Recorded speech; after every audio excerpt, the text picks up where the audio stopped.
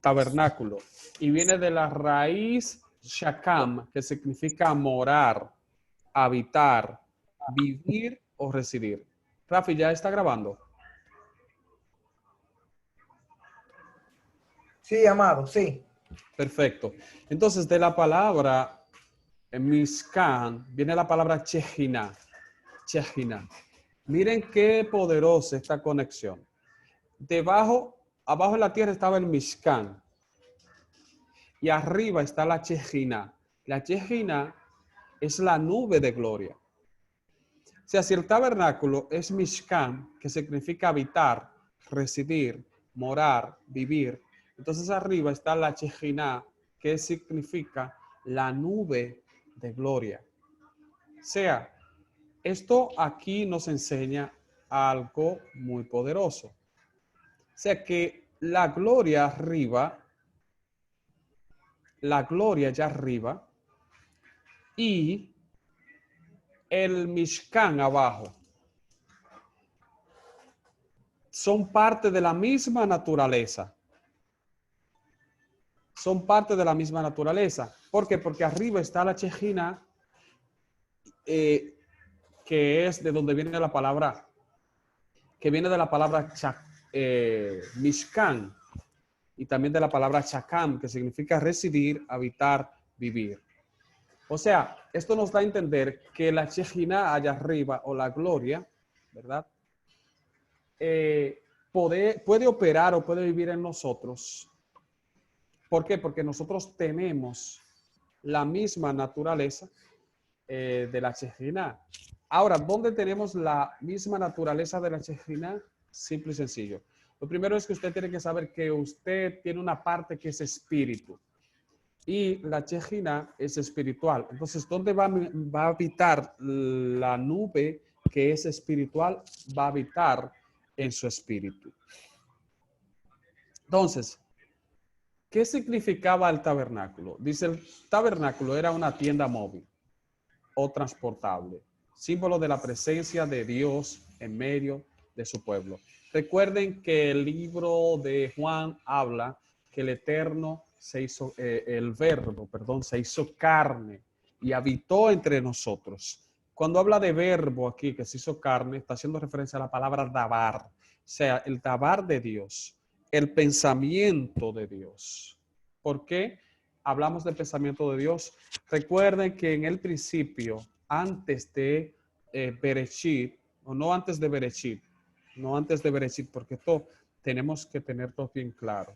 Cuando la Biblia habla de Bereshit, aquí no está hablando de un tiempo físico. El tiempo físico aquí no existía en Bereshit, cuando se habla de la palabra Bereshit.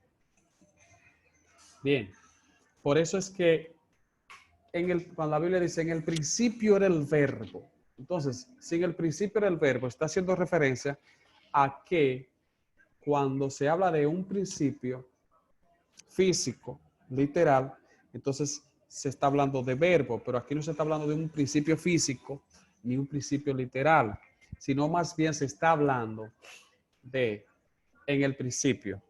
¿Y cuándo fue el principio? Si usted busca el contexto hebreo, aquí no está hablando de un principio físico, o se está hablando de la eternidad.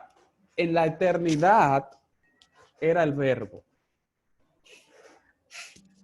El verbo era la palabra. Pero ¿cómo estaba la palabra? Estaba la palabra pensada. Y después la palabra hablada. Bien. Y después fue la palabra escrita en piedra. Y después fue la palabra hecha carne. Dice, y el verbo era con Dios y el verbo era Dios. O sea que aquel verbo se hizo carne. O sea, la palabra se hizo carne. Y ahí donde nosotros tenemos que entender que la palabra tiene un poder extraordinario. O sea, la palabra y los rabinos tienen un concepto de la palabra muy elevado. Y el concepto que ellos tienen acerca de la palabra es que las palabras, cuando tú las hablas, forman seres. Forman seres. Seres que pueden ser contrarios a ti o seres que pueden ser no contrarios a ti. Por eso es que uno tiene que tener cuidado para hablar. Los rabinos hablan de esto. Hablan del poder de las palabras, del poder creativo de la palabra. Y aquel verbo se hizo carne y habitó entre nosotros. Shakam. Shakam, habitar, residir. Mishkam, se hizo tabernáculo entre nosotros. Es importante esto. No sé si ustedes, o creo que sí. Creo que ustedes han leído donde la Biblia menciona que será llamado Emmanuel. Y la mayoría de las personas hablan y hacen referencia y piensan que este es su nombre. Y personas dicen, Jesús es Emmanuel. Se llama Emmanuel. Jesús no se llama Emmanuel. El nombre de Cristo es Yeshua, que significa salvación. Dice, se llamará Yeshua. Ahora, cuando dice Emmanuel, lo que está haciendo referencia es que Él va a habitar entre nosotros. Es la palabra hebrea imanu, que significa con nosotros, Él, que significa Elohim. O sea, será Elohim mismo con nosotros. No es que Él se va a llamar Emmanuel. O sea, que la próxima vez que usted escuche un predicador diciendo que Jesús se llama Emmanuel, dígale, no se llama Emmanuel.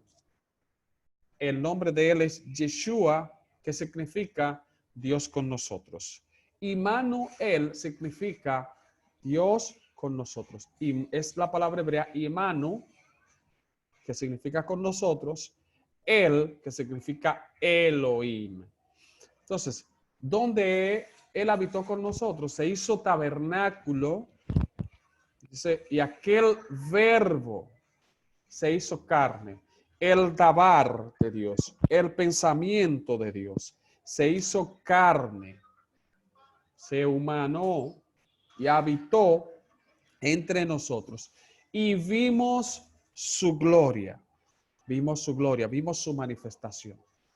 Bien, dice, servía Dios en medio del pueblo, servía como santuario donde los israelitas presentaban sus oraciones y sus sacrificios y sus alabanzas a Dios. Cuando se va a hablar de ofrenda, no se puede dejar afuera el tabernáculo. ¿Por qué no se puede dejar fuera el tabernáculo? Porque ahí era que se llevaban las ofrendas y las oraciones. Ojo con esto. Hoy nosotros vamos a romper un pensamiento que hemos traído desde hace mucho tiempo. Cada vez que usted lleva o da a un hermano, usted dice, debo llevar una ofrenda a mi hermano, por ejemplo, a mi hermano Rafi. Permítame decirle que está mal decir el uso. Ya nosotros lo utilizamos, pero no sería correcto. Si usted dice, voy a llevar una ofrenda, la ofrenda usted la va a llevar a Dios, porque la ofrenda es a Dios que se lleva, no al hermano. A Rafi le podríamos ya dar lo que nosotros conocemos como una sedaká.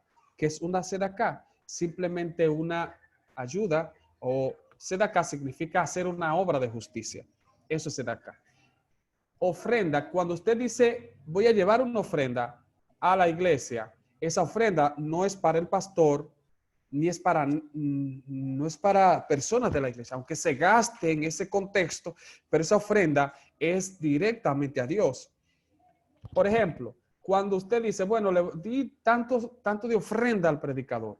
No, esa ofrenda tú no se la diste al predicador. Esa ofrenda tú la diste a Dios. ¿Por qué? Porque en ese momento el predicador actuó como sacerdote, como Cohen, y administró las cosas celestiales. Y como administrador de las cosas celestiales, entonces le corresponde hacer uso de esa ofrenda, pero usted no se la dio al predicador. Esa ofrenda usted se la dio a Dios. A los humanos le damos sedaká. Hacemos obra de justicia con los humanos. A Dios llevamos ofrenda. En ningún contexto bíblico usted ha leído que a los hombres se les da ofrenda. A los hombres no se les da ofrenda.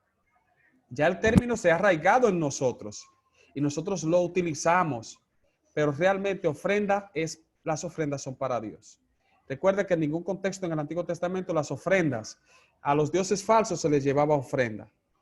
A Dios, al Dios de Israel se le llevaba ofrenda, pero nunca cuando se iba a dar a una persona humana se hacía mención a ofrenda. Quiero escuchar sus comentarios, porque esto es algo que ahora cambiar esto de la noche a la mañana no es que lo cambie, porque ya el término está arraigado en nosotros, pero debemos conocer que a los hombres no se le da ofrenda. Las ofrendas se le da a Dios. Esto es para cuando usted vaya a llevar una ofrenda al templo, que usted vaya con otra mentalidad. Ah, voy a dar esta ofrenda a fulano. No, usted no está dando ofrenda a nadie. Usted está dando ofrenda a Dios. A los hombres, a los humanos se le da sedacá, que eso es considerado en el contexto hebreo como obra de justicia. Quiero escuchar sus comentarios. ¿Y qué les parece a ustedes aprender esto nuevos? Yo sé que a lo mejor muchos de ustedes no van a estar de acuerdo, pero no es necesario que ustedes estén de acuerdo conmigo, pero que ustedes tengan eso en su mente.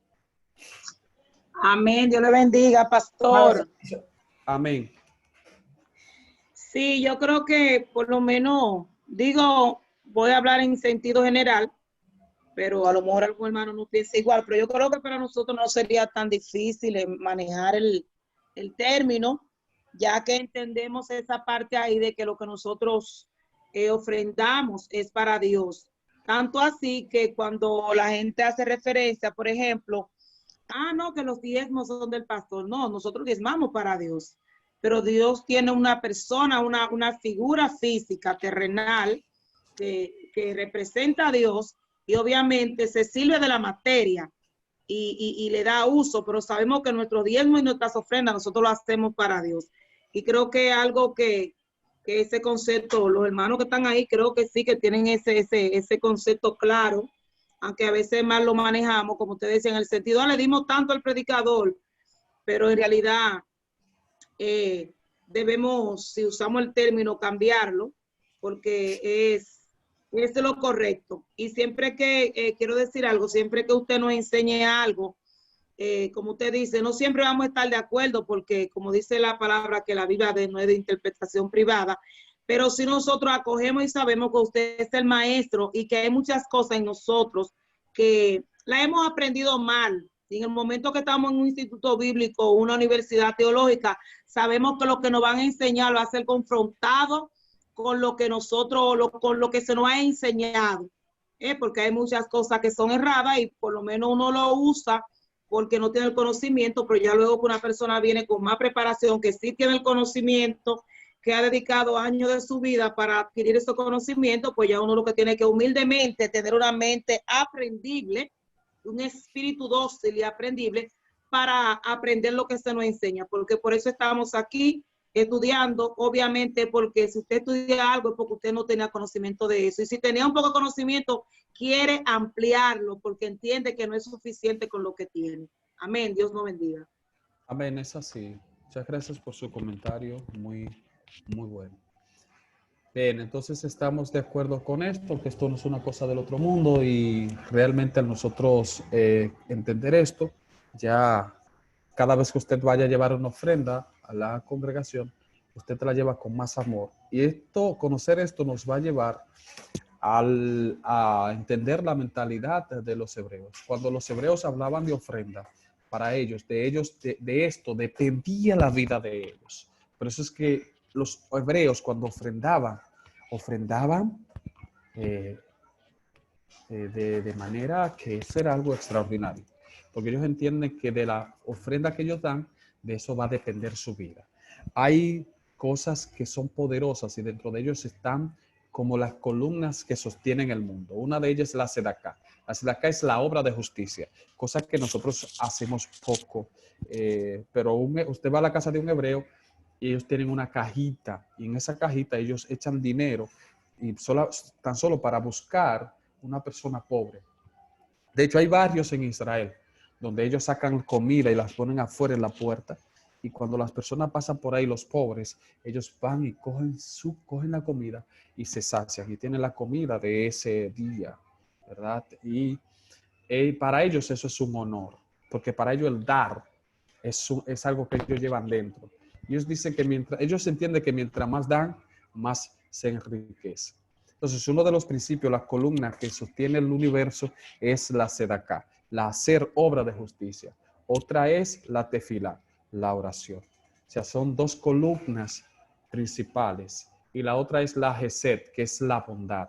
La bondad, ser bondadoso con las demás personas.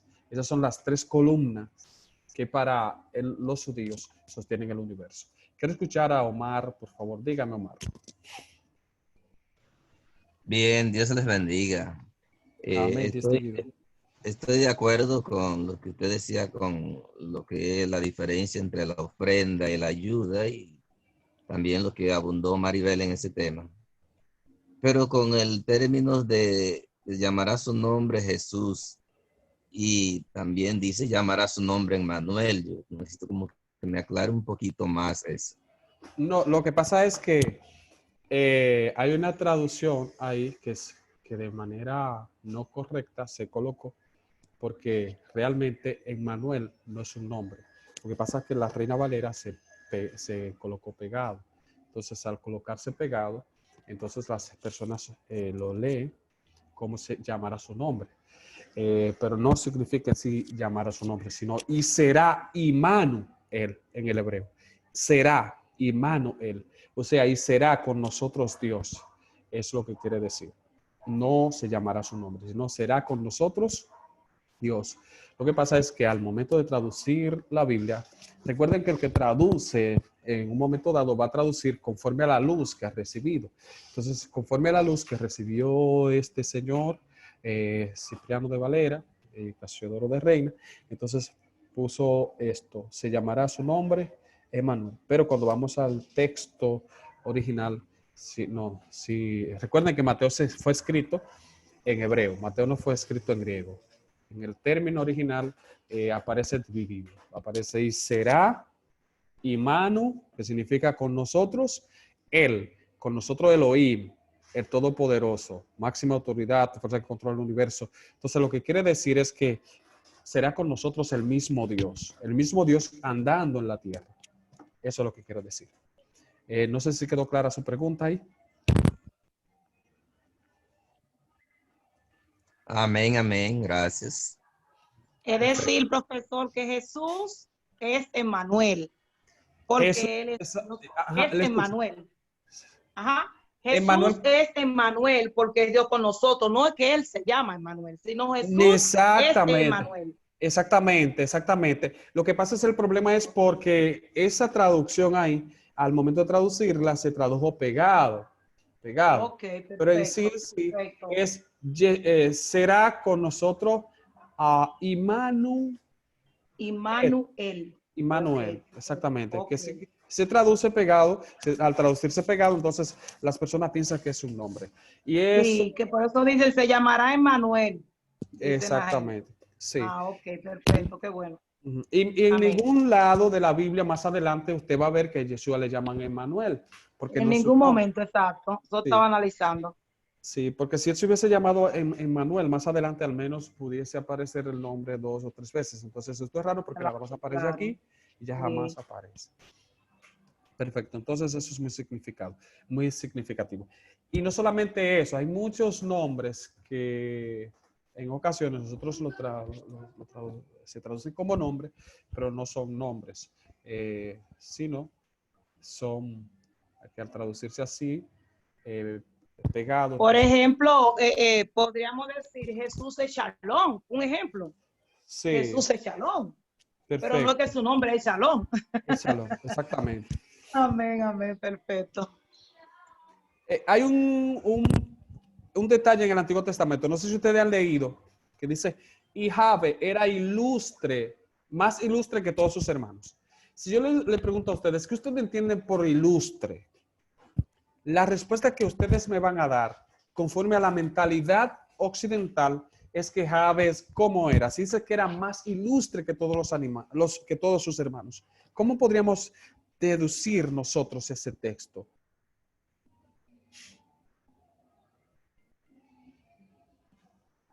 Ahí Dice que Jabes era más ilustre. ¿Qué usted entiende por ilustre? Bueno, ilustre, podríamos decir que es una persona Bueno, en mi humilde opinión, destacada, una Sí, persona en mi inteligente, humilde una persona que... opinión, yo diría que era como, ok, perdón. sí. El distinguido Omar dijo, lo que pasa es que a veces al momento de hablar, como estamos en el Zoom, se cruzan. El distinguido Omar dice que era inteligente, que era un hombre sabio, que era un hombre brillante, ¿verdad? Perfecto. Y la distinguida Maribel,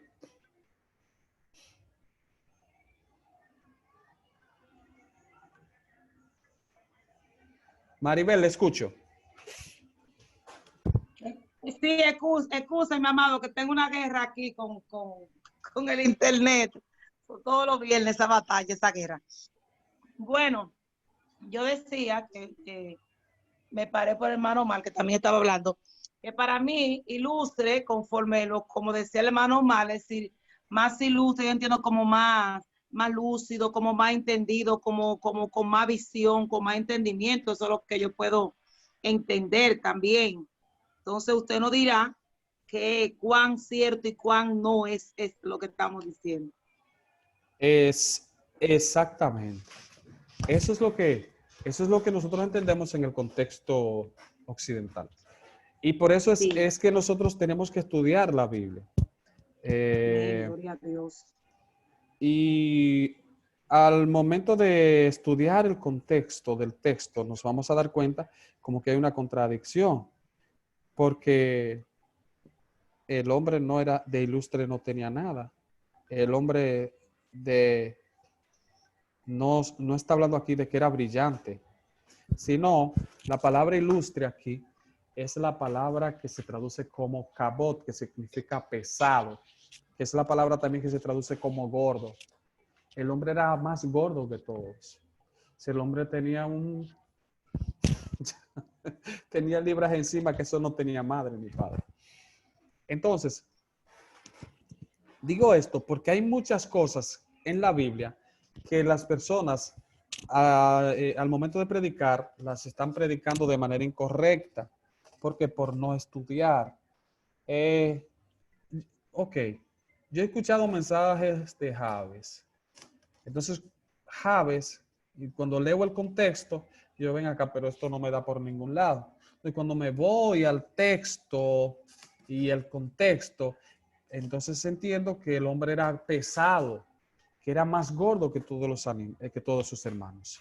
Entonces, a eso se referencia, no que era más inteligente que todos sus hermanos, y así sucesivamente. Entonces, eso mismo pasó aquí con la palabra Manuel, que se tradujo como Emmanuel, pero realmente no es Emmanuel, está despegado. Immanuel. Pero como yo me doy cuenta que no es un nombre, en el contexto más adelante no veo por ningún lado el nombre de Emmanuel. Como me doy cuenta que Javes era más gordo que todos sus hermanos, que en el contexto, y así sucesivamente. Entonces, lo que queremos que ustedes entiendan es que con el contexto del texto nos damos cuenta de lo que quiere decir.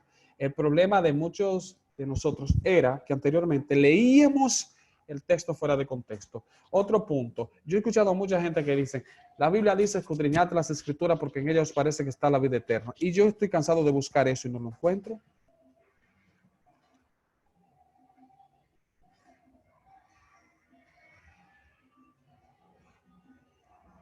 ¿Ustedes lo han encontrado eso? No, porque la gente, conforme usted dice, que la gente dice, la Biblia dice que escudriñar. Entonces Jesús, cuando se refiere al texto, lo que dice, vosotros escudriñáis las escrituras, porque os parece que ella está en la vida eterna. Es decir, Jesús le está diciendo lo que ellos hacen. A los escribas y a los fariseos. Pero yo me doy cuenta de eso cuando yo leo el texto completo. Cuando yo leo el capítulo 5 completo, que es cuando se sana la persona que está ahí en el estanque de Bethesda. Entonces, es ahí donde está el peligro de leer un texto fuera de contexto. Texto fuera de contexto. Y hay un problema. Porque Ahí es que se forman las grandes doctrinas, las grandes las doctrinas, sectas religiosas. o vamos a poner los grandes dogmas, porque si fuera doctrina, Exactamente, porque doctrina es el término es correcto, sino los grandes dogmas y las sectas religiosas. exactamente, exactamente. Entonces ahí vemos la importancia de al menos usted tener un básico, un instituto básico, porque ya usted no me va a sacar un texto y de ese texto usted no. Si usted va a mencionar un texto, usted tiene que saber el contexto de ese texto y al menos tener nociones de algunos textos paralelos que testifiquen que ese texto que usted está leyendo está en su contexto, es verdad. Porque hemos tenido muchos problemas y ahora dentro de las congregaciones, el asunto de que inmediatamente el predicador empieza a predicar, la gente tiene que mover, tiene que alabar y a veces ni siquiera oye bien y ya usted sabe, alabando y glorificando. La adoración en el Antiguo Testamento y en el tiempo de Yeshua no era así. No era así como nosotros lo vemos ahora, que ahora desde que el predicador coge el micrófono empieza a rugir y a camar y todo lo que dice tengo que aplaudírselo. Y le voy a decir algo. Hay predicadores que en un mensaje completo no han, todas son como guitarristas. No estoy hablando mal de predicadores. Son como guitarristas que no saben dar ni siquiera una nota buena. Todos los textos fuera de contexto, pero todo, absolutamente todo. Y la gente tú lo ve diciendo, amén, amén, amén. Entonces hay un problema, señores, hay un problema. Nosotros tenemos que despertar en esa parte. Y particularmente yo decidí prepararme, y no solamente prepararme, sino tratar de formar a otras personas. Pero hay un problema. La mayoría de las personas no quiere estudiar, quiere las cosas fácil. Porque es fácil yo agarrar un texto de la carta a los romanos y empezar a dar un mensaje. Pero cuando me voy al siglo I, entiendo que esa carta los apóstoles la leían toda directa, porque era una carta, y si era una carta, se supone que esa carta se leía completa. Entonces, ¿por qué ahora yo voy a sacar un texto de esa carta para aplicarlo ahora a mi vida? Entonces, ahí está el problema. El problema de los grandes dogmas es agarrar un texto y sacarlo fuera de contexto. Bien, y hay personas, oiga, ¿por qué las iglesias no se forman? Porque hoy viene uno y da un mensaje diferente. Mañana viene otro y da otro mensaje diferente. Y decimos, no, porque las palabras son nuevas cada día. Perfecto, no hay problema, no estoy en contra de eso. Pero el problema es que cada día las palabras son nuevas porque las personas están sacando el texto fuera de contexto. Entonces, en vez de formarse la persona, lo que sale es peor. Entonces, llega un predicador y da un mensaje por la línea y mañana llega otro y tumba lo que dijo el predicador y la gente y los evangélicos diciendo amén. Pasado llega otro y tumba lo que dijo el predicador. Entonces, nunca hay una formación. Nunca hay una formación. Ese es el problema. Las iglesias no llegan a tener una formación por ese caso. Entonces eso está ocasionando muchos problemas en la actualidad. Entonces, el pueblo de Israel construyó el tabernáculo mientras vagaba por el desierto, luego de que Dios los liberó de la esclavitud en Egipto. Dios le dio instrucciones muy específicas a través de Moisés sobre los materiales a usar y cómo debería ser. Bien. Los materiales son muy significativos. Dentro de los materiales usted va a observar, ¿verdad? Afuera, el atrio, el cerco, el atrio, 60 pilares. 60 pilares o 60 bastones o 60 estacas. ¿Por qué 60? Porque 66 para los hebreos es lo mismo. Un 60 y un 6 para los hebreos es lo mismo. Ojo con esto. Nunca comete el error de decir que los números no son relevantes en la Biblia. Como escuché a una persona que dijo que los números no son relevantes. Estaba hablando del número 10, un número tan importante para los hebreos. Dijo, no, que los números no son relevantes. El 10 es muy significativo y el 10 está inmiscuido aquí. 6, que representa número de hombre. 10, que representa responsabilidad. Representa lo completo en el cielo. El 10 representa lo completo en el cielo. Por eso usted va a ver que Dios le va a dar 10 mandamientos al pueblo de Israel. Por eso es que usted va a ver que usted va a tener 10 dedos en las manos. Representa que las obras de sus manos deben ser completas hacia Dios, no a media. Tiene 10 dedos en los pies. Representa que su caminar debe ser de Dios completo, no a media. 10 dichos Dios utiliza para crear el universo, 10 dichos. Que estudia en el libro de Génesis, y dijo Dios sea la luz, y dijo Dios sepárese las aguas de las aguas, y dijo Dios haya lumbrera. 10 dichos aparecen ahí. El 10 también representa, Dios le dice, Abraham le dice a Dios, si al menos hay 50, si hay 40, si hay 30, si hay 20, si hay 10. En 10 paró ahí mismo. ¿Por qué en 10 paró ahí mismo? Porque Dios utilizó 10 dichos para crear el universo.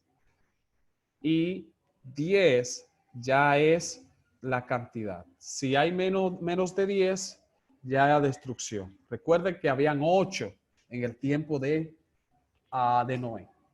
8. Y por 8, entonces solamente mandó el arca, introdujo las 8 personas en el arca y destruyó el mundo antiguo. Pero habían 8. Entonces aquí ni siquiera 10 había. Entonces el Eterno, Abraham ya paró de seguir rogando al Eterno. Entonces el 10 es muy significativo. Esos pilares, recuerden que estaban forrados de lino, de blanco y así sucesivamente, porque el tabernáculo por fuera representa su cuerpo. Y su cuerpo, que también representa su cuerpo espiritual, debe estar vestido de lino fino. Bien, entonces la primera puerta, ojo con esto, la primera puerta del tabernáculo para los hebreos tenía nombre. ¿Usted está escuchando?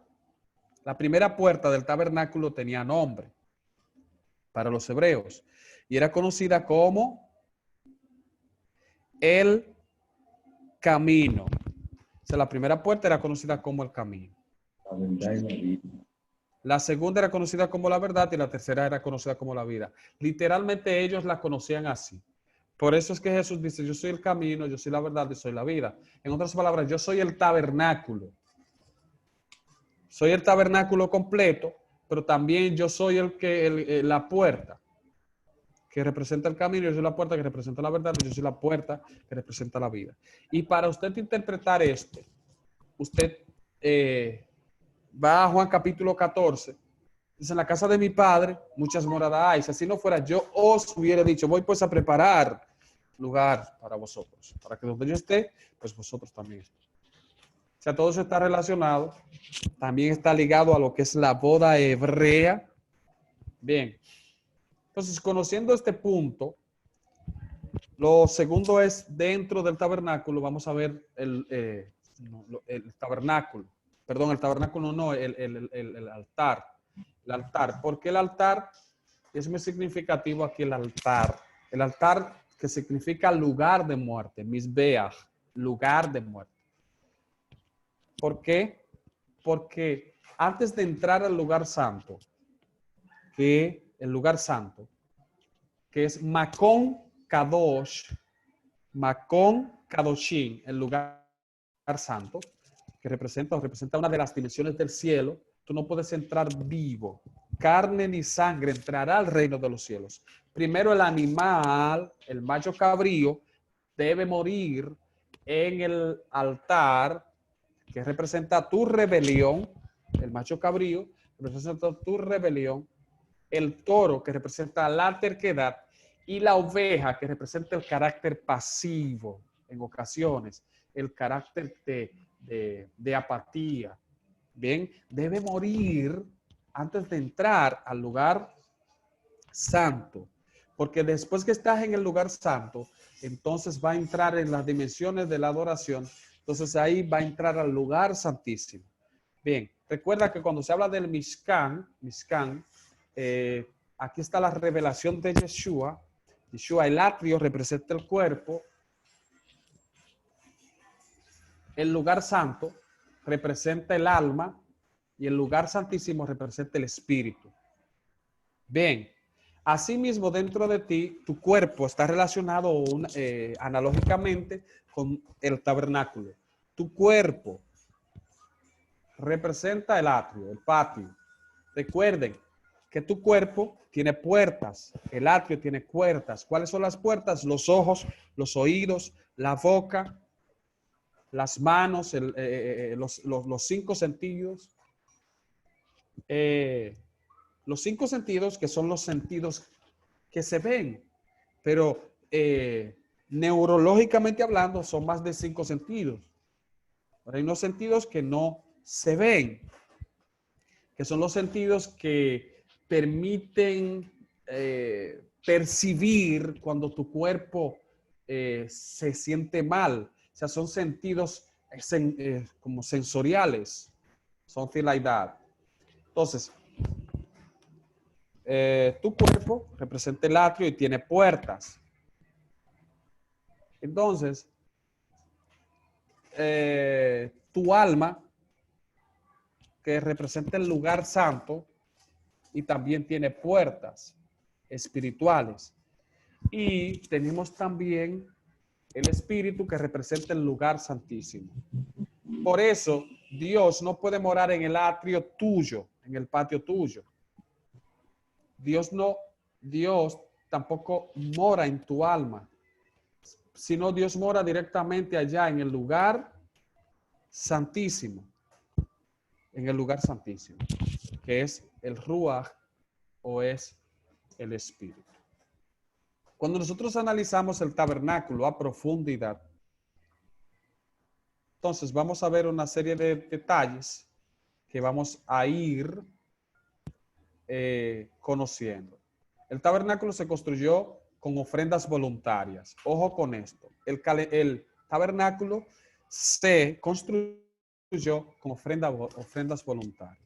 Ofrendas, Moisés pidió oro. Oro representa la ofrenda más elevada. La ofrenda que se da de una manera con amor, con gozo y de una manera voluntaria. Diste oro. Sin que nadie te diga, ofrenda esto, tú lo ofrendas. Entonces diste oro. La plata es, por ejemplo, si alguien te dice, debes ofrendar. Ofrenda. Entonces diste plata porque te dijeron y tú lo hiciste por cumplir porque te dijeron. El bronce representa ya cuando tú haces las cosas de manera melaganaria. Te dicen una vez, te dicen otra vez, ya 3 veces. Pero también está la madera. La madera representa ya cuando a ti hay que decirte, forzarte a hacerlo. Por eso es importante conocer los materiales del Mishkan, porque el oro representa un tipo de ofrenda. La plata representa otro tipo de ofrenda. El bronce representa otro tipo de ofrenda. Y la madera también representa otro tipo de ofrenda. Todo eso son ofrendas. Por eso las ofrendas tienen dimensiones.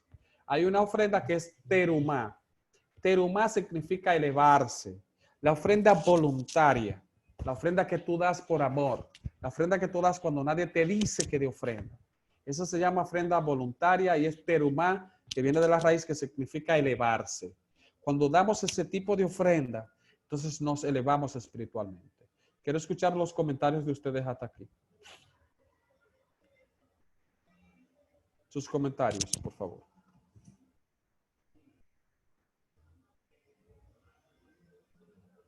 ¿Estamos entendiendo hasta acá? Amén, sí. Amén, amado. Amén, así es. Gloria a Dios.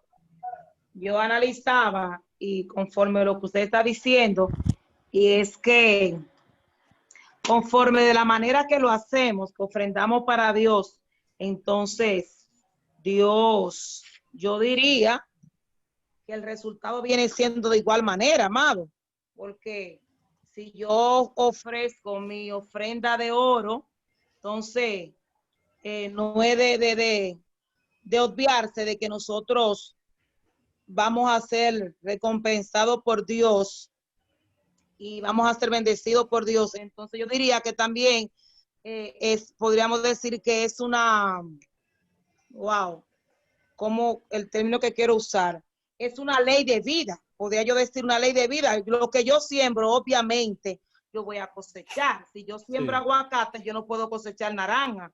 Entonces, si mi ofrenda es una ofrenda elevada, una ofrenda de oro, mi cosecha, mis bendiciones, materialmente, y podríamos yo decir también que puede irse también a lo espiritual, va a ser, esa cosecha también va a ser de oro. Si mi ofrenda es de plata, también mi cosecha va a ser de plata. De igual manera, de bronce y de madera, los beneficios también van a ser así, porque yo no puedo sembrar oro y cosechar bronce, o no puedo sembrar bronce y cosechar oro, porque sería contra la natura.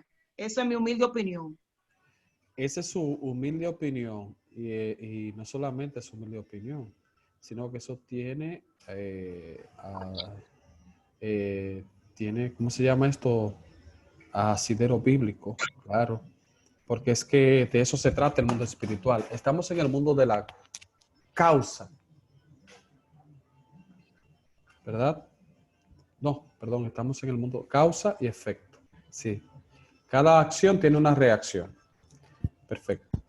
Entonces, en este caso, cuando nosotros, esto consiste en midad keneget midad. Midad keneget midad significa medida por medida.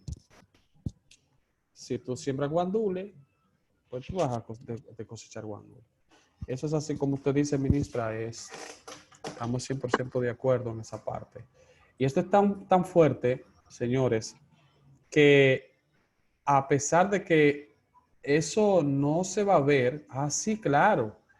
Y eso se ve también en el contexto de la ofrenda, cuando Caín llevó su ofrenda y Abel llevó su ofrenda. Cuando Caín llevó su ofrenda, permítame decirle que en el contexto hebreo, lo que dice es que Caín llevó la basura. Llevó una paja, llevó lo que no servía. Él llevó, el Midrash dice que él llevó semillas de lino, pero lo peor de su fruto.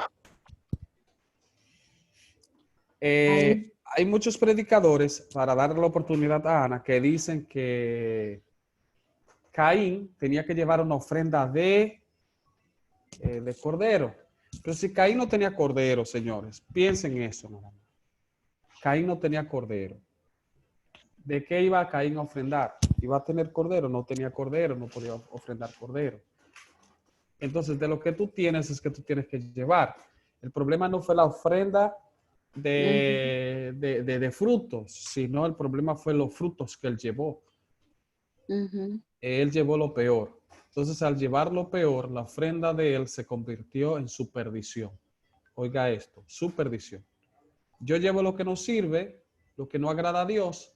Entonces yo me estoy, porque la ofrenda se estaba comparando, era para compararse con él, con Caín. Entonces, Caín se llevó el mismo. ¿Usted está entendiendo? O sea, Caín mismo se llevó allá. Y al llevarse Caín allá, delante de Dios, entonces, bueno, Caín, tú no sirves para esto. Pero entonces, Abel se llevó el mismo. Porque dice que Dios vio a Abel y luego vio su ofrenda. O sea, Dios no está mirando la ofrenda.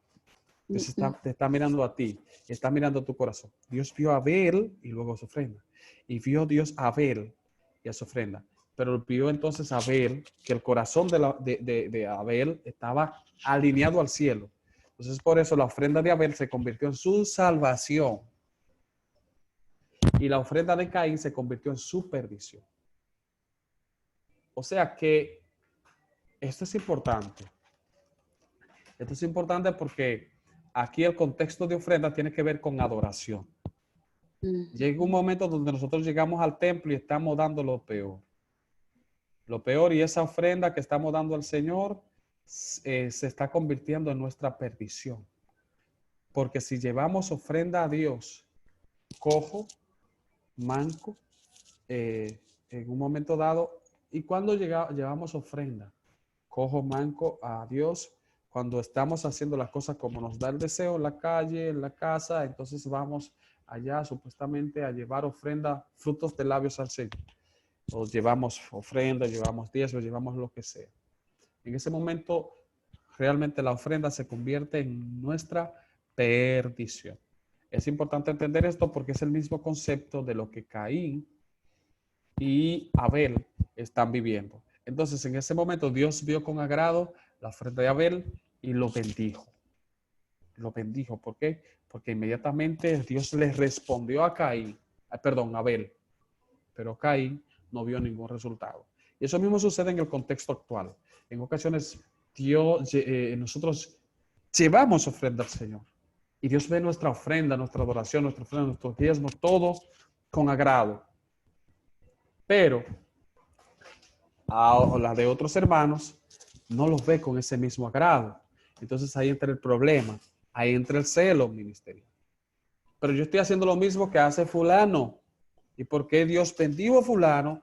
¿Por qué el ministerio de fulano crece? ¿Por qué está hallando gracia ante todos los hombres? ¿Por qué todos lo alan? ¿Por qué? Pero vamos a ver tu actitud en el secreto. ¿Estás llevando la ofrenda que agrada a Dios? ¿O estás llevando a la basura, la paja, lo peor? Amén, amén. Entonces eso es importante entender ante los ojos de Dios. Ana Muñoz tenía la mano levantada, quería decir algo, y después tenemos a Omar Berzán y después tenemos a Maribel, porque este tema está candente hoy. Hoy yo vine como medio romántico. Usted está muy romántico hoy, profe. Está candente, está candente. Sí. Sí. Dios le bendiga a todos. Amén, mi querida Ana.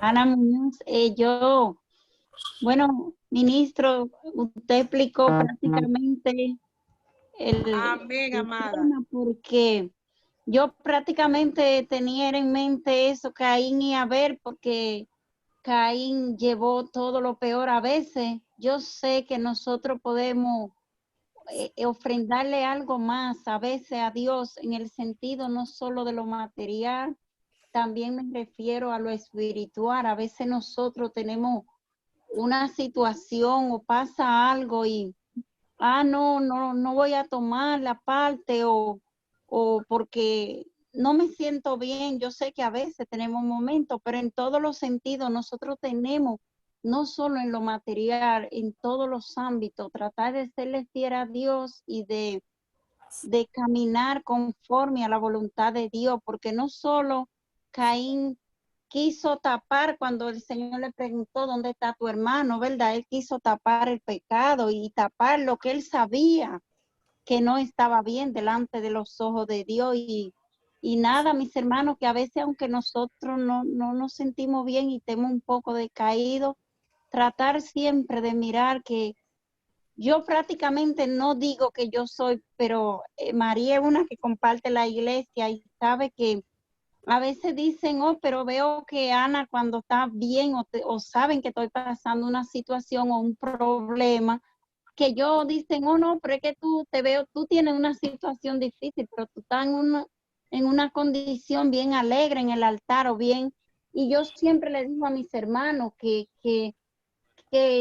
la parte que esté pasando, la situación que esté pasando, la adoración no debe depender nunca de que yo esté decaída o que yo esté viviendo una situación difícil. Anoche yo decía, Señor, pero ¿cómo es esto? Porque anoche era un culto de oración y era donde yo veía dos personas que tenían parte y las dos decían, Ana hoy no le dieron, denle la parte mía, y el otro decía también la parte mía. Yo cogí una parte y después no, denle la otra a ella misma. Santo. Sí, debemos nuestra adoración nunca debe de depender que estemos decaídos, que estemos pasando un proceso. Amén, es lo que yo... Gloria a Dios. Amén, eso era todo. Sí. Gracias por su comentario. Gracias. Omar, tiene la mano levantada. Amén. ¿Dónde radica la importancia de la ofrenda? No vamos a decir exactamente en la calidad, porque si no es para quién usted va a ofrendar. Y yo me Aleluya. pregunto, ¿usted está ofrendando para usted o está ofrendando para Dios? Usted, si nosotros analizamos, usted está ofrendando para usted mismo, porque usted va a ofrendar, usted tiene que ofrendar lo mejor, porque se trata del Señor que merece lo mejor, pero es para usted mismo, porque según usted ofrende de corazón, así mismo como decía Maribel, o sea, la calidad de su ofrenda va a determinar también la calidad de su bendición. O sea, es para quién usted va a ofrendar. Si usted ofrenda Amén. para Dios, pues entonces Dios merece lo mejor. Y por lo que Él es, no en sí por la calidad de la ofrenda, sino por lo que Él es. Y entonces de ahí también usted será bendecido. Amén. Sí, sí, sí. Esto está tremendo, hermano Omar. Esto está poderoso. ¿Por qué? Porque es que nosotros hemos cualquierizado la ofrenda. Y dentro de eso también está lo que es la adoración. Y si nosotros podemos entender, y cuando usted hizo la pregunta, no sabía que era una pregunta retórica la que usted hizo, pero ahí mismo usted trajo la respuesta. Qué bueno, qué bendición. Muchas gracias, Omar, por su comentario muy bueno. O sea, ¿a quién usted está ofrendando? ¿A quién? Fíjate delante de quién tú estás. Delante de quién tú estás. Del dueño del universo. Que no hay oro que le compre, que no hay millones que le compre, que tú no lo vas a comprar con todo. Entonces, cuando tú ofrendas, ¿por qué ofrendas?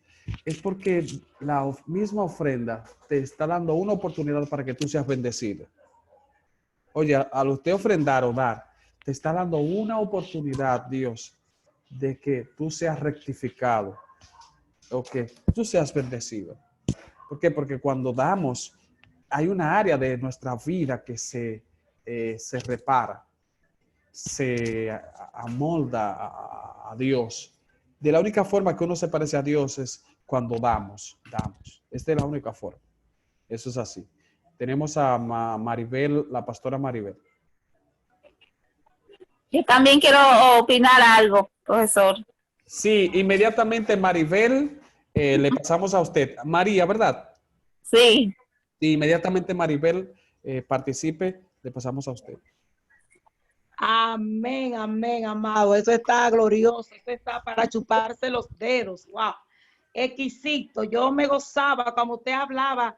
Digo, wow, eso es tremendo. Es decir, cuando nosotros ofrendamos algo material, nos estamos ofrendando nosotros para Dios. Es decir, conforme lo que llevamos, eso es lo que está, como dice la Biblia, que la boca habla de lo que está lleno, el corazón. Significa que cuando yo ofrendo, estoy diciendo, eso está en mi interior, eso está en mí. Entonces yo analizaba y pensaba que la ofrenda de nosotros podemos compararla con lo que es la adoración. ¿Por qué? Porque la adoración no es solamente el abrir mi boca y cantar, no, es una entrega de mi vida, de mi consagración, de mi integridad con Dios, de darme por entero. Entonces, la ofrenda por igual, como usted decía, que Caín se ofrendó él, y como la ofrenda era una representación física de lo que era él espiritualmente. La basura que llevó significa que él estaba espiritualmente en ese estado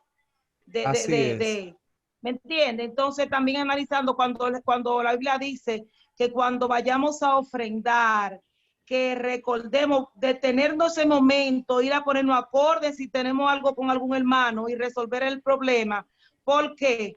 Porque debemos estar, porque nuestra ofrenda no va a ser aceptada si no tenemos paz con los demás, si no tenemos esa armonía, es decir, nuestro Dios no va a recibir esa ofrenda porque hay algo sucio en nuestro interior que impide que esa ofrenda Yahvé la reciba.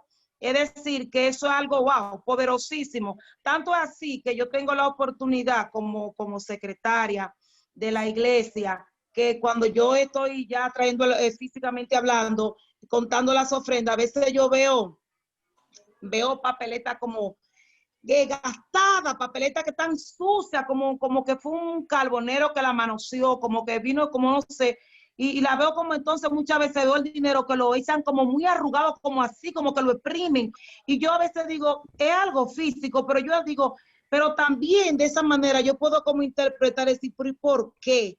Porque entiendo, como lo que te hablábamos hace un momento, que nosotros ofrendamos para Dios, y yo entiendo que si por lo menos va a ofrendar, lo va a hacer con papeleta, debe ser como con más delicadeza, una papeleta que esté bonita, aunque eso es físico, Dios no es materia, pero entiendo que por lo menos uno tiene que ser un poquito como más delicado, porque uno entiende que es para Dios, y sacar una papeleta que está súper fea, incluso papeleta a veces está con tape transparente, como ya, uno, wow, es decir, que yo me pongo a pensar en eso, y usted como decía, verdaderamente que debemos tener cuidado hasta la hora de ofrendar, porque verdaderamente nos estamos ofrendando nosotros. Amén. Dios nos bendiga. Amén. Así es, para darle la oportunidad a Ana Muñoz. Recuerden que usted va a ofrendar conforme al ánimo espiritual suyo. Por ejemplo, Caín se sentía espiritualmente desbaratado, espiritualmente seco, enfermo. Era como rama seca. Entonces, si él, una rama seca, ¿qué va a poder ofrendar? Lo mismo que él representa. Eso es así. Ana Muñoz, a sus órdenes. No, soy yo, profesor María. Ah, perfecto. María, dígame. Sí, está muy importante de que usted tocó este tema de la ofrenda. Estaba oyendo un satanita y a mí me pasó algo similar. Yo trabajaba en Georgia, pero no estaba en la iglesia porque no estaba aquí en Pensilvania y yo iba siempre guardando de lo que ganaba. Y algo me decía, no, que tú no estás yendo a la iglesia, que para qué, pero yo sabía que era el enemigo. Y un día salgo con la ofrenda y la tengo en la cartera. Y bueno, veo cositas que salgo para la tienda y como que quiero gastar la ofrenda y como que no quiero gastarla, pero Dios mío, digo yo, no, esta ofrenda es tuya, Señor, yo no la puedo gastar, yo no la puedo escoger para nada porque ya yo saqué esa ofrenda para ti. Y el enemigo me decía, no, que comprara esto. Incluso la muchacha me decía, mire María, eso está barato, cómprelo, lléveselo. Y dije, no, yo no ando con dinero, pero yo andaba con la ofrenda de mi Señor.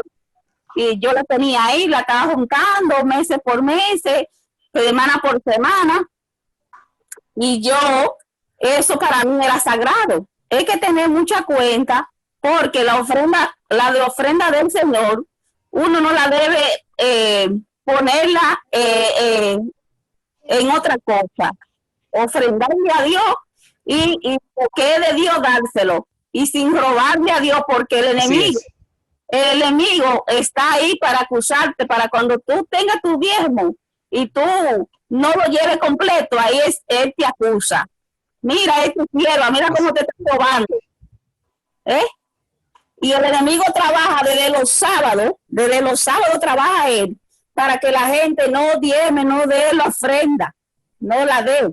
Para que el enemigo se quiere de los hijos de Dios en miseria. ¿Para qué? Para que acudan a él.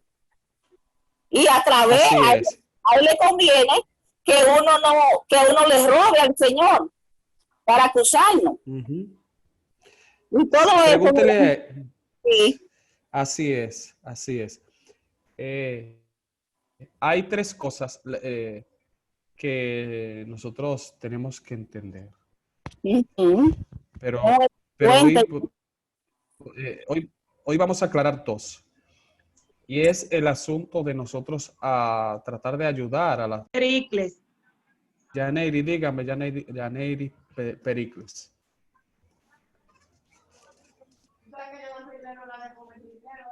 Ay, salió, parece. Ya tenía la mano levantada hace rato, pero parece que salió. Parece que el internet la sacó. Si tenemos a Adelaida.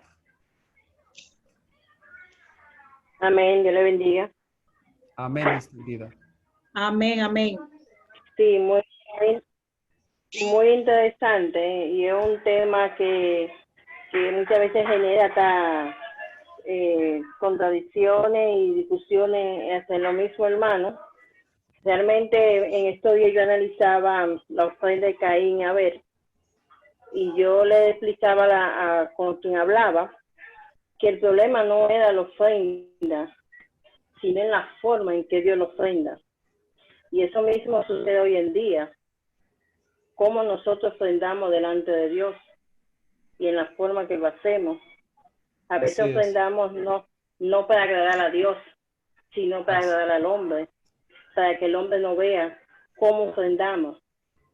Y debemos tener mucho en cuenta eso, de cómo ofrendamos delante de la presencia de Dios y cómo ayudamos también a las personas, que debemos de ayudar a las personas, y es no para que el hombre no vea, sino para cumplir con lo que Dios nos ha puesto y nos ha bendecido a nosotros, y para compartir lo que Dios nos ha dado con otros hermanos.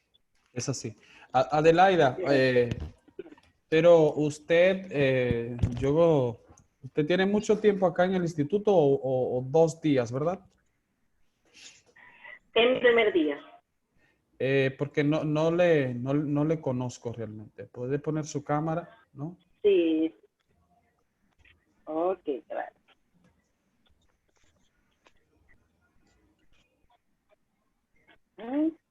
Pero, amén, claro que sí, que ya le conozco. Sí, claro, de la iglesia de allá del... Sí. Perfecto, del Capotillo. De Capotillo. Perfecto, sí. Señores. Sí, yo había tomado... Le escucho. Ya había tomado clase con usted en la iglesia central, pero en este curso es la primera vez que participo. Perfecto, sí. Bienvenida, Dios le bendiga grandemente. Tengo la mano levantada hace rato. Dígame, distinguida, lo que pasa es que no le pude ver. ¿Usted es Juana Rodríguez? Sí, Dios le bendiga. Amén, distinguida. Pues yo no quería, ¿verdad?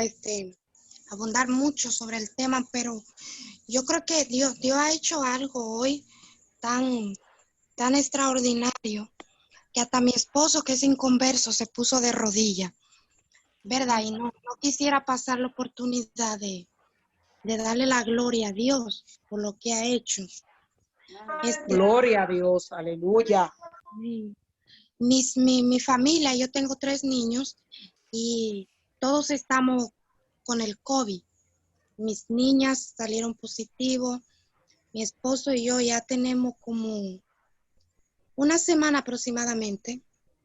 Estamos en encierro total en casa. Yo no puedo salir ni siquiera al frente. Entonces, pues tenemos el dinero, pero no, yo estaba preocupada porque ya yo había molestado a 2 personas pidiéndole que me trajeran, una que me trajera medicina y otra que me trajera comida hace ya unos días, pero ya yo estaba preocupada porque la comida se me estaba terminando. Y yo le decía a mi esposo, ¿y cómo vamos a hacer? Porque me da pena, ya no me gusta molestar. Entonces, pues estábamos en ese dilema, ¿verdad? De que pues tenemos el dinero, pero no tenemos cómo ir a la tienda para comprar comida. Entonces yo estaba diciéndole, ay Dios mío, ¿y qué voy a hacer? ¿Cómo hago? Hasta pensé salir un día por la noche, calladita, pero luego dije, no quiero hacer eso porque no quiero arriesgar a otras personas, ¿verdad? Bueno, pues Dios es tan bueno y tan maravilloso. La pediatra de la niña nos llamó esta mañana porque ella le ha estado dando seguimiento con el asunto del COVID y le mandó medicamento aquí a la casa. ¿Haciendo qué?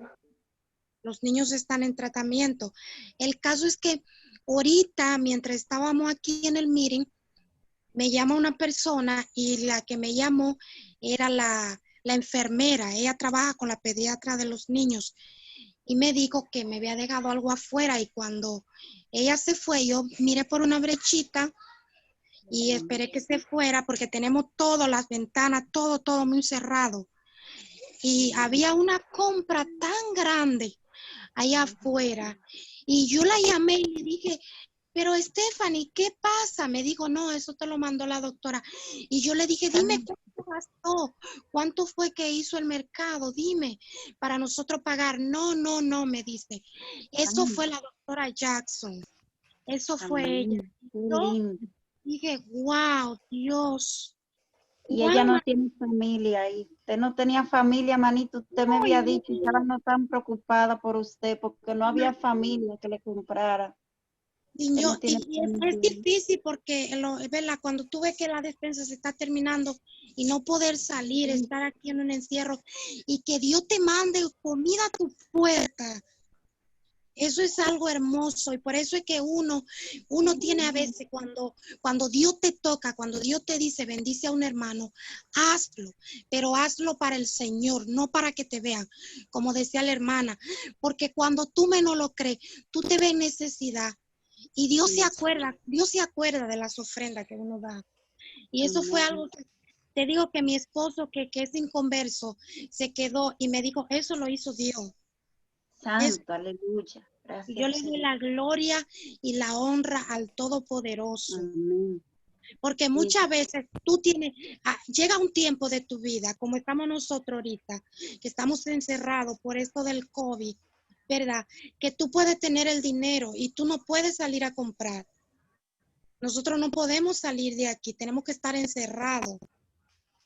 Y que ahí en California es muy difícil, manita, no puedes salir porque te multan muy caro. Claro que sí, nos están monitoreando. El condado me habló. Sí.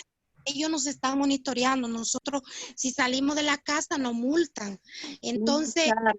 es algo. Ellos dicen, si tú necesitas algo, llama al condado y nosotros te mandamos, pero ellos se van temprano. Tú ves, y a veces uno no se puede comunicar para decir que no tiene alimento. Y eso fue algo muy, muy, muy, muy, muy maravilloso. Yo le doy la gloria y la honra al Rey de Israel. Amén, Amén. gracias. Amén. Amén. Así es. Wow, gloria a Dios, gloria a Dios, Dios es bueno, gloria a Dios. Así actúa el Santo. Eterno. Así Sí, actúa el ministro, Eterno. ella me había dicho, ella es mi hermana, ministro, y me había comentado hoy que no tenía casi comida y que no sabía cómo iba a ser porque ella no tiene familia allá en California, completamente aquí es distinto porque uno tiene familia en Santo Domingo donde quiera, pero ella está muy lejos y no tiene a nadie, y todo tan infectado y no pueden salir porque es muy cara la multa, pero ella me decía y Wow. estábamos preocupados por la comida y miren cómo Dios obró, qué lindo, le damos la gloria a Dios. Gloria a Dios. Así es. Y aquí hay un momento importante que aprender y es de la palabra ofrenda. Y esto, señores, miren, esto ustedes tienen que tenerlo bien claro, bien claro. La palabra ofrenda, corbán, que es una de las palabras que se utiliza, que significa acercarse a Dios. O sea, cuando damos ofrenda, nos acercamos a Dios. Y cuando se habla de dar ofrenda, cualquier tipo de ofrenda. Yo les expliqué a ustedes que la palabra ofrenda, no, nosotros utilizamos el término ofrenda para el hombre, pero en realidad, que cuando se habla de ofrenda, las ofrendas no se le dan al hombre, se le dan a Dios. Esta también, corbán, está conectada a la palabra querú, que es de donde viene la palabra querubín. Querubín. Y también de la palabra querubín, ustedes saben, viene la palabra que significa proteger. Proteger. Por eso, ojo con esto. En el desierto, los hebreos daban una ofrenda para protegerse de la muerte. Oiga eso.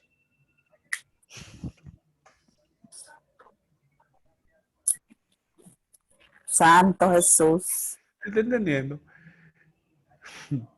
Hay cosas que nosotros... Profe, permiso para que repite esa palabra, por favor, que estaba escribiendo cuando usted habló. Dije que la palabra ofrenda, ¿verdad? Una de las palabras ofrenda es corbán, de donde viene la palabra carab, que significa acercarse a Dios, porque nadie puede llegar a Dios con las manos vacías. Y de esa palabra carab viene la palabra querub, que significa querub, de donde viene la palabra querubín, que significa protector o proteger. O sea que cuando damos ofrenda, también es las ofrendas de una manera u otra, también nos protege. Y en el desierto los hebreos hacían una ofrenda para protegerse de la muerte en el desierto. Qué importante. Bien. Sí, porque es que la ofrenda siempre estuvo alineada a Mashiach. La ofrenda siempre estuvo alineada al Mashiach, a Cristo. Bien. Entonces, nosotros estuvimos hablando ahorita, mira, la entrada, había una sola entrada frente a la mesa de los sacrificios. ¿Por qué una sola entrada? Porque la entrada era símbolo de Mashiach y no hay otra entrada para entrar al tabernáculo, es Cristo. Bien, por eso el apóstol habla que él es, Yeshua es el camino. Él es el camino. Entonces, a la entrada es símbolo de Jesús. Jesús dice en Juan, yo soy la puerta. Recuerden, el que entre por esta puerta, que soy yo, será salvo. Se moverá con entera libertad y hallará pasto.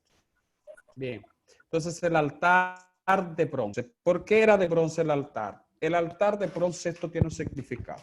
Bronce significa juicio. Juicio. Cada metal tiene un significado en el contexto hebreo. El bronce significa juicio. El oro representa divinidad, realeza. La plata representa redención. Redención. Redención, plata. Exactamente. Oro, divinidad, bronce, juicio y redención en la plata. Bien, por eso la serpiente de bronce era de bronce, ¿verdad? ¿Por qué? Porque esa serpiente vino por juicio al pueblo de Israel, por juicio. Entonces aquí el altar de bronce porque recuerden que allá ellos veían su cara. Veían su cara al momento de lavarse las manos. Ellos se veían. ¿Por qué? Porque este lavacro representa la palabra también. Porque la palabra te lava de toda inmundicia. Aparte del altar, había un lavacro. Estoy hablando del lavacro que también era de bronce. Que son dos cosas diferentes. El altar era el lugar y el lavacro era el lugar para lavarse las manos, para que ustedes no se me confundan. De acuerdo, que ahorita mezclé una cosa con otra. Bien. Este altar simboliza a Jesús. Dígame. Usted está hablando de la fuente de la purificación, ¿no? ¿Qué se llama esa? El lavacro, exactamente, que era de bronce también. Ok. Sí. Gracias. Bien. Entonces, el altar de bronce, el lugar de sacrificio, este altar simboliza a Jesús. Realmente, aquí dice que simboliza a Jesús. Bien, pero quien simbolizaba en ocasiones a Jesús era el sacrificio perfecto sin mancha, ¿verdad? La sangre de los machos cabríos y de los toros. En un momento dado, señores, es importante. Miren, los machos cabríos, el carácter del macho cabrío es rebelión, rebeldía. Por eso, cuando alguien se rebelaba en el Antiguo Testamento, era conocido como pecado pechá. Pecado pechá en hebreo es pecado de muerte. La rebelión es pecado de muerte. Y esto nosotros como cristianos debemos entender que la rebelión es un pecado que solamente se redime. Es un pecado de muerte. Y en un momento dado muchos se rebelan como la cabra. Muchos son tercos como el buey y otros son mansos como oveja. Por ahí están los tres sacrificios. Los sacrificios están entre toro, buey, entre toro, chivo, macho cabrío y ovejas. ¿Verdad? Esas tenían que cortarse y sacrificarse y presentarse en holocausto. ¿Por qué tenían que presentarse en holocausto? Porque en ese momento, cuando la persona llegaba al tabernáculo, ella era, cuando se estaba sacrificando el macho cabrío, que se quemaba, ellos entendían que su alma estaba saliendo en ese momento. Su alma quedaba desnuda. Eso era lo que estaba en la mente de los hebreos. Su alma superior entraba, estaba desnuda, y al momento de ellos entrar al tabernáculo, entraba directamente, el alma de ellos llegaba directamente al cielo. Y allá era saciada, y Dios le devolvía un alma nueva, y ellos salían nuevos del tabernáculo. Nuevos del tabernáculo. ¿Por qué? Porque ellos entendían que el carácter del animal en un momento dado se revelaba en ellos. En un momento dado, cuando un hebreo se revelaba, ellos entendían que se manifestaba el carácter del macho cabrío, del chivo. Cuando un hebreo era terco, ellos entendían que se revelaba el toro, el carácter del toro. Pero cuando un hebreo era manso, se revelaba el carácter de oveja. Ahora, pero usted diría, ¿por qué si el carácter de oveja representaba la mansedumbre? ¿Por qué se sacrificaba el carácter de la oveja? ¿Por qué la oveja no tenía que sacrificarse, señores? Porque representaba la mansedumbre. ¿Ustedes no creen? El que tenía que sacrificarse era el chivo, el toro, que representa el que da. Yo creo, profesor, porque la oveja podríamos decir que Jesús fue llevado como oveja al matadero porque era manso, humilde, no abrió su boca por esa actitud, es decir, con esa mansedumbre, esa templanza, así se entregó. Es decir, no había en él ninguna maldad, ni había rebeldía, ni era terco, sino que era inocente y así se sacrificó. Sí, podríamos también hacer esa analogía, pero también hay un punto, que es que la oveja llega un momento donde tiene el carácter como tan pasivo, tan, que es como que se sienta así como en un momento dado que ni descuidado, tan pasivo. Entonces ese carácter tan pasivo en ocasiones tiene que ser quemado, tiene que ser llevado al altar y quemado. Bien, entonces en este caso hay un punto que nosotros debemos entender. Es que para donde usted iba a entrar era un lugar donde a recibir la presencia de Dios. Es un lugar donde no podía entrar sangre ni carne. Entonces su alma en ese momento tenía que entrar desnuda allá. ¿Por qué? Porque se está hablando de la presencia de Dios. Se está hablando del lugar santo, ¿verdad? Donde está la presencia de Dios. El Makon Kadoshim. Que es el lugar santo, y el último lugar, que es el lugar santísimo. Entonces, carne ni sangre puede entrar allá donde está la presencia de Dios. Si ellos entendían que su alma tenía que llegar desnuda, y ahí donde nosotros hablamos de los tipos de sacrificio. Porque la ofrenda, Dios la colocó, la ofrenda fue instituida por el Eterno para elevarnos a nosotros. Si usted analiza, hay diversos tipos de ofrenda. Ofrenda de cereales. Pero aparte de eso también, existen ofrendas de minerales. Y luego está la ofrenda de cereales. Y después está la ofrenda de los animales. Pero todas esas ofrendas son absorbidas. Número 1. Los minerales son absorbidos por los animales. Entonces, a los animales absorber los minerales quedarían elevados. Entonces, a los humanos absorber los animales, entonces los humanos quedan más elevados. Entonces, dentro de los 4 reinos, el reino más elevado es el reino humano.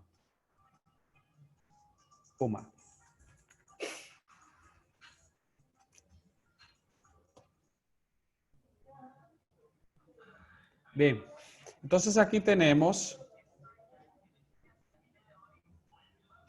mira aquí de lo que hablamos ahorita, la fuente o lavacro. Los sacerdotes se lavaban las manos y los pies. Recuerden que es lo mismo que Yeshua va a hacer en el Nuevo Testamento. Recuerden. ¿Por qué? Ya Yeshua va a lavar los pies. ¿Por qué los pies? Porque los pies representaban el caminar de los apóstoles, representaban el caminar aquí de los sacerdotes, y las manos representaban las obras, pero ya las manos habían sido limpias. ¿Por qué? Por la palabra, que era el lavacro. Entonces ahora los pies simbolizan la limpieza necesaria antes de entrar al lugar santo. Puede ser un símbolo del bautismo. La necesidad de nacer del agua. Juan 3:5. Yo te aseguro que quien nazca de agua y del Espíritu no puede entrar al reino de los cielos. Realmente aquí hay un punto, porque cuando habla de lavarse las manos y lavarse los pies, eso realmente dentro de un término profundo no tiene que ver con el bautismo de inmersión, sino lavarse las manos, lo que es conocido como el Netilat Yadayim, purificación de las manos. Purificar las manos para trabajar en la obra del Señor y purificar los pies para caminar como sacerdote en los caminos del Señor. Bien, entonces aquí tenemos la mesa de los panes. El comer dentro del contexto sacerdotal, comerse esos panes. ¿Qué simbolizaban esos panes? Eran 12 panes. Esta mesa servía como recordatorio de la provisión constante. Si nosotros analizamos el tabernáculo ya para concluir, porque ya son las 9, si nosotros analizamos el tabernáculo, primero el cerco, el cuerpo, el atrio, el patio, el cerco representa el cuerpo, ¿verdad? Nosotros tenemos también lo que es el atrio del cuerpo, el lugar santo representa el alma y el lugar santísimo representa el espíritu. Pero si nosotros analizamos aquí, si el tabernáculo representa a Cristo y el tabernáculo, y nosotros somos tabernáculos, Mishkan, nosotros somos tabernáculos. Entonces, ¿qué representará? ¿Qué representará, señores? La mesa de la proposición. ¿Qué parte del cuerpo representa la mesa? La mesa. ¿Podríamos hacer una analogía con la mesa? Porque la mesa tiene un significado y los panes también tienen un significado.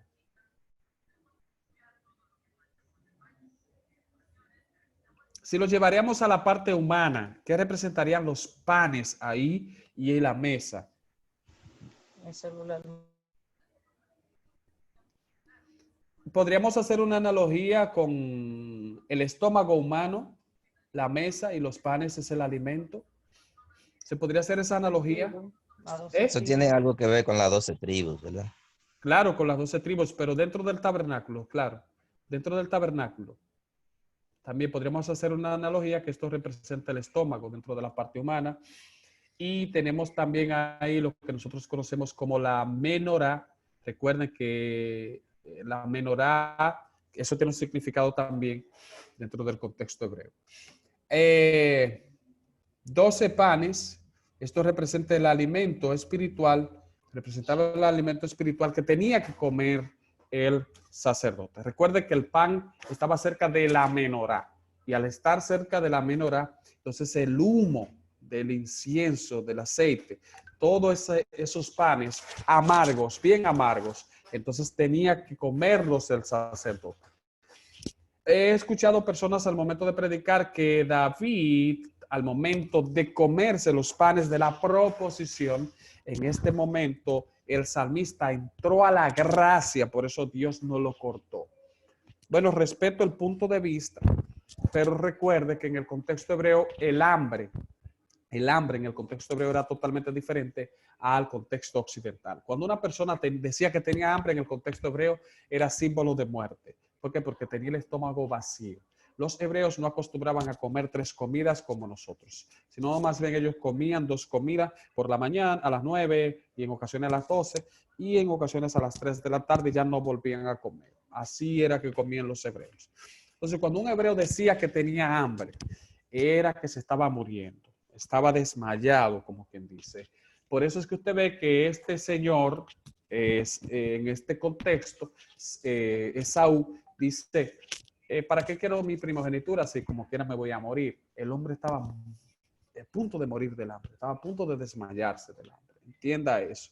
Entonces ahí en ese contexto tú entiendes por qué él dijo que para qué quiero primogenitura, así como que no me voy a morir. Entonces hablar de hambre en el contexto hebreo era sinónimo de muerte. Un estómago vacío tiene que ver con sinónimo de muerte en el contexto hebreo. Entonces David en ese momento y sus hombres, después de tanto tiempo estar caminando, se supone que están muertos del hambre. Entonces entraron al lugar santísimo y transgredieron una ley que no, humanamente hablando, el hombre merecía la muerte.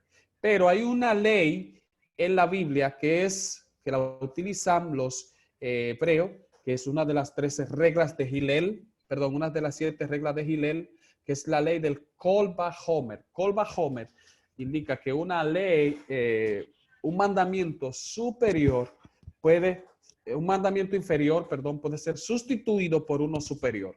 Y el mandamiento superior es que la vida, para salvar vida, hay mandamientos que se pueden transgredir para salvar una vida. Oiga, la importancia de la vida humana para Dios.